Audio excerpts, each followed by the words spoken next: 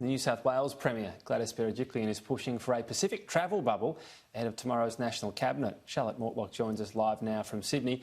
Charlotte, the Premier wants this sooner rather than later. Yeah, she certainly does, Tom. Premier Gladys Berejiklian saying that she would like the federal government to reconsider the suspension it currently has on international travel, and she would like to see a Pacific travel bubble established within the year. Australia's Chief Medical Officer, Professor Paul Kelly, says that at the moment it is looking unlikely that overseas travel will be changing anytime soon. It is really at the bottom of the agenda at this stage, and that's because Australia is taking a cautious approach, given how strong the country is performing at the moment in its fight against coronavirus.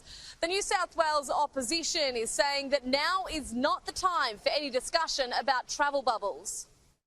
For 12 months now, right across Australia, governments have been taking the advice of senior health officials, and that is the right thing to do.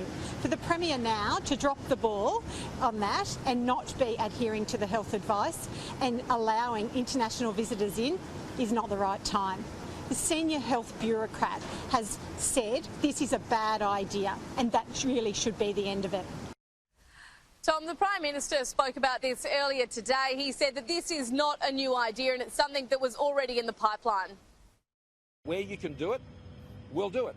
And I think particularly with Pacific, I would love to see that, because the remittance income that goes back to those Pacific countries is very important to them for their economies, and for the seasonal labour that we need here in Australia, it's also very important. So, you know, there's no new idea about a Pacific bubble. That was something the Commonwealth Government has been working on for months, and the states know that very well. Over the course of January, the tourism sector lost some $7 billion. The Tourism and Transport Forum is saying that it would support the idea of this Pacific travel bubble, but its priority at the moment is actually just to get domestic travel back up and running. They say the states need to be more cooperative with each other and that they need to adhere to the federal hotspot guideline. Look, there's no doubt that what we actually need is better coordination of this border situation domestically. We can't recover as an industry without international borders being open, but we can't survive unless the states sort out this issue of a uniform series of triggers and responses so everybody knows what they're doing. Meanwhile, Charlotte, more good news for New South Wales on the COVID front. I'm sure it will have Gladys Berejiklian with a message again for her counterparts. Yeah, it's never one that misses a day without the Premier, of course, asking her state counterparts to lower the borders. But we are certainly moving in the right direction, Tom. We've had 0 new cases of community transmission in the state in the past 24 hours.